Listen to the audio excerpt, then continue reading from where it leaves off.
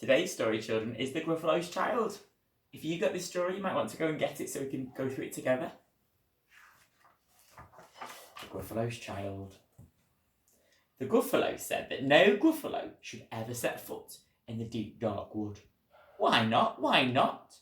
Because if you do, the big bad mouse will be after you. I met him once, said the Gruffalo.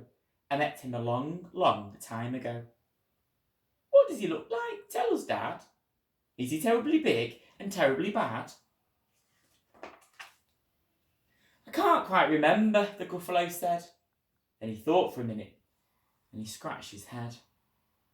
The big bad mouse is terribly strong, and his scaly tail is terribly long. His eyes are like pools of terrible fire, and his terrible whiskers are tougher than wire. One snowy night when the Gruffalo snored, the Gruffalo child was feeling bored. The Gruffalo's child was feeling brave, so she tiptoed out of the Gruffalo cave. The snow fell fast and the wind blew wild. Into the woods went the Gruffalo's child. Aha! Aho! A trail in the snow. Whose is this trail, and where does it go? A tail poked out of a log pile house. Could this be the tail of the big bad mouse?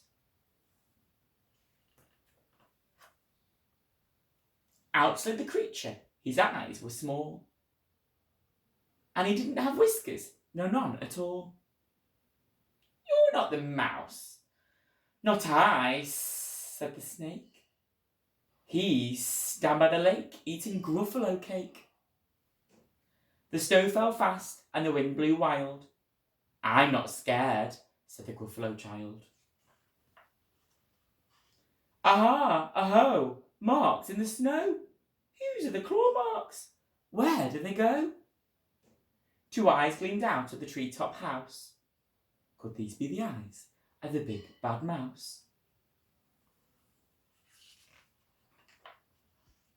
Down flew the creature. His tail was short, and he didn't have whiskers of any sort. You're not the mouse. Twit-twoo, not I. But he's somewhere nearby, eating Gruffalo pie. The snow fell fast and the wind blew wild. I'm not scared, said the Gruffalo child. Aha, aho, a track in the snow.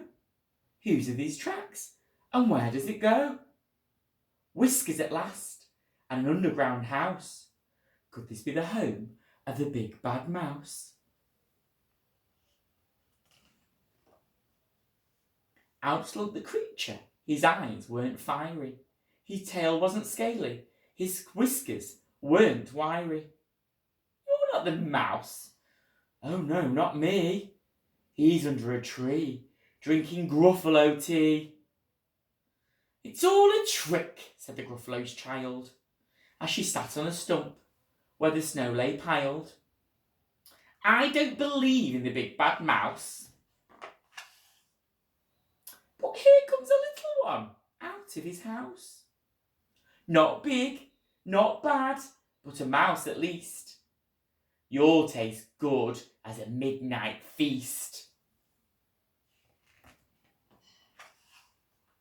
Wait, said the mouse. Before you eat me, there's a friend of mine you ought to meet.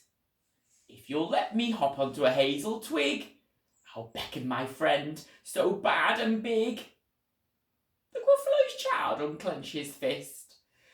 The big bad mouse, so he does exist.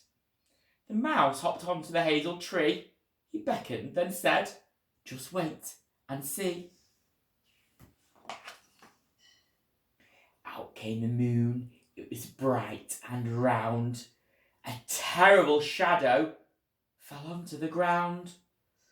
Who is this creature so big, bad and strong? His tail and his whiskers are terribly long. His ears are enormous, and over his shoulder he carries a nut as big as a boulder. The big bad mouse, yelled the Gruffalo's child. The mouse jumped down from the twig and smiled. Gruffalo's child went running off, scared. Aha! Oh! Prints in the snow. Whose are these footprints? And where do they go? The footprints led to the Gruffalo cave, where the Gruffalo's child was a bit less brave. The Gruffalo's child was a bit less bored. And the Gruffalos snored and snored and snored. Thank you for watching. See you tomorrow.